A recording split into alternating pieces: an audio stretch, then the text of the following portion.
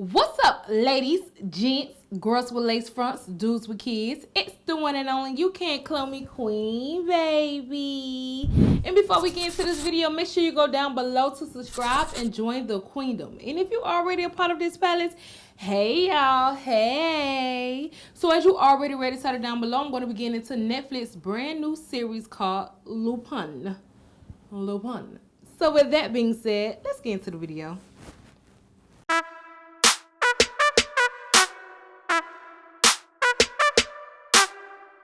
So, Lupin is a French series about a young boy turned man named Arsène who is set out to avenge his father who was falsely convicted of stealing a necklace like 25 years ago that eventually led up to his father committing suicide in his jail cell. Arsene's father last gifted him with a book of the classic French story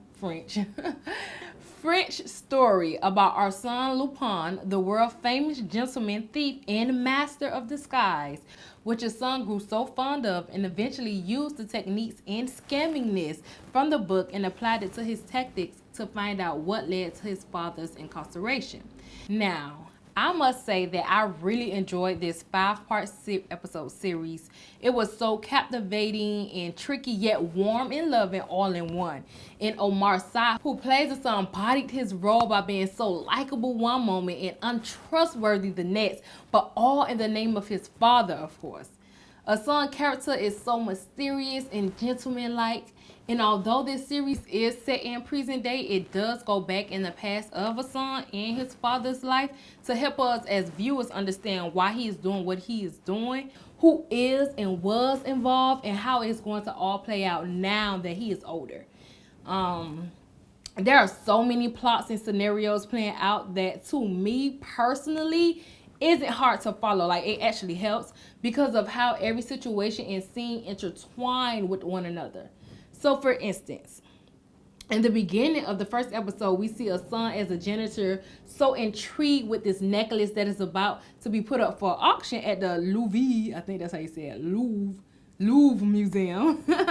And of course, watching it, my first thought is he is going to plot on how to steal it. But we don't know how he's going to do it and why. Out of everything that's in this museum that has value, why is this necklace so important to him, and like, why is this necklace he's going after? We later find out that the necklace is the item that his father was framed for stealing, and the person putting it up for auction was the wealthy family he grew up around. Needless to say, it all made sense as I kept watching and as new characters emerged and came on screen.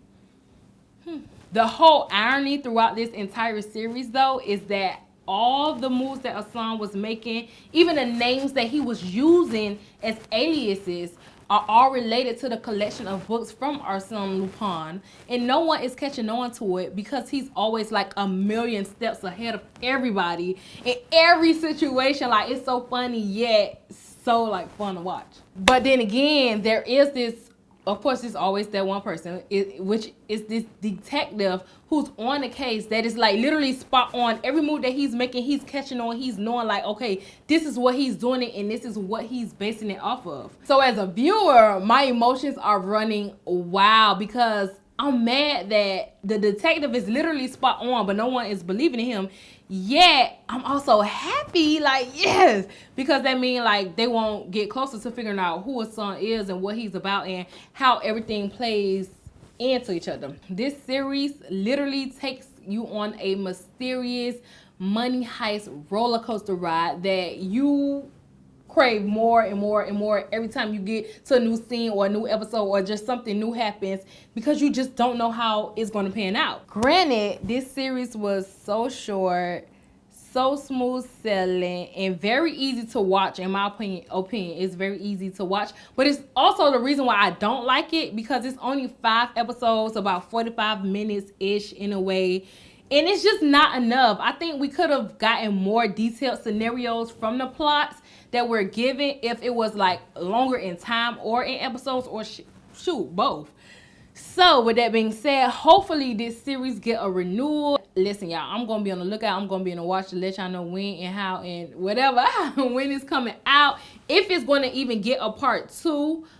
release date because I think it deserves it. It's good. If you like Money Heist, the French series Money Heist, I think you're gonna like this. It's that good, but it's also French, so you have to, the words don't connect. And I know that bothers a lot of people that the words don't match, and it's like you gotta watch the closed captions but also listen and watch at the same time. Like, it's a lot of things that you gotta do on top of the different plots and everything that's happening. I know it's a lot, but it's worth every second, every minute of it all. So with that being said, y'all already know what it is. Y'all already know how we get down over here.